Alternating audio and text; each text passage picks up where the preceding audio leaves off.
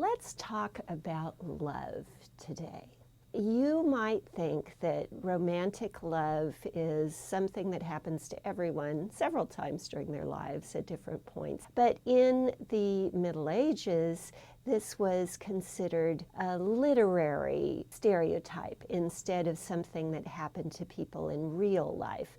You can think of romantic love as the most beautiful of absolute disasters, because it strikes someone out of the blue without warning, and it can prevent them from functioning in the way that they need to in spiritual and moral and business life. So I want you to think way back to the poet Dante, who wrote the Divine Comedy. And he was one of the people who was very influential in creating a literary fad for romantic love. When he was 9 years old, he went with his father on a business call to another family in their hometown, and he caught sight of the 8-year-old daughter of the man that his father was doing business with.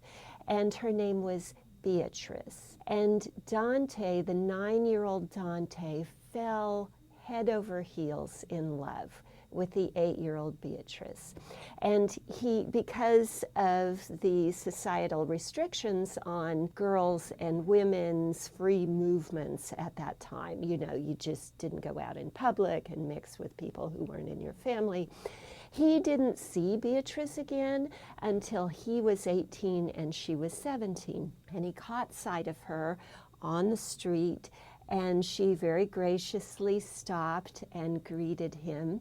And his heart was filled with so much joy that he rushed home so he could be alone to think about Beatrice.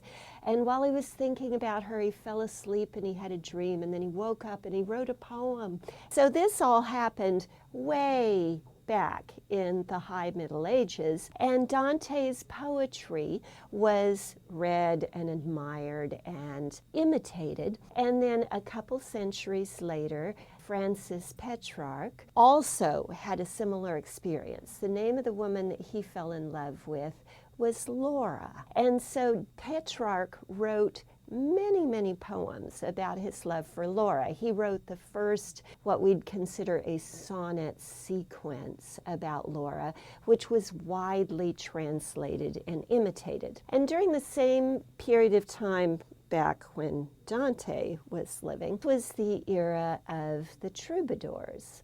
And the troubadours were love poets and entertainers that were itinerant, and they would make their living by stopping at courtly homes, castles, palaces, and entertaining the assembled aristocratic family.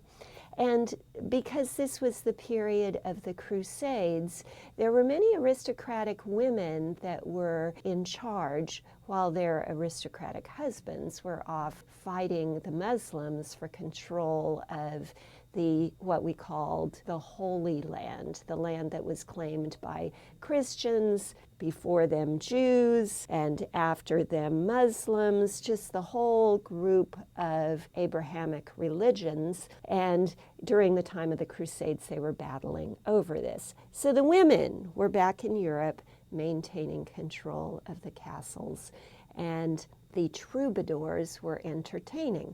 Now, if the woman of the castle is in charge, what you're going to do is direct the praise and poetry to her as the patroness rather than to her husband.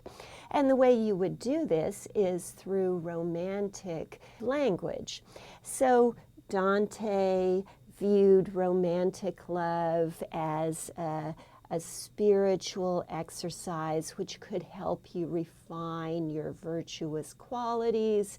Petrarch viewed romantic love as this preoccupation that would swallow up your powers of concentration for anything else worthwhile. And then the troubadours viewed romantic love as a language that they could use to praise the aristocratic ladies that they were hoping to gain a living from.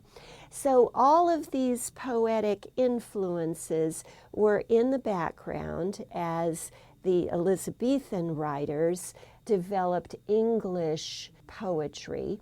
And Queen Elizabeth was on the throne, very parallel to the ladies in those castles that the troubadours sang to. So both the courtly language of the time and the literary fashion to imitate the great Italians was sort of oriented toward putting the woman up on a pedestal and praising her in exaggerated terms as divine, a goddess, someone who held sway and power over the life of the man that was praising her. And of course, none of this has very much relation to the real life of ordinary women in their homes, where their husbands hold all of the legal and financial power.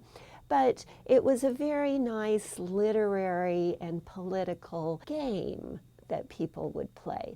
And of course, things you read, the songs you hear on the radio, or the songs that you hear sung in party situations in Shakespeare's day, all of this sort of conditions the way you think about love, if not the way you actually feel, at least the way you express yourself, but probably the way you actually feel too. So I'm telling you all this as a way to lead in to the play A Midsummer Night's Dream.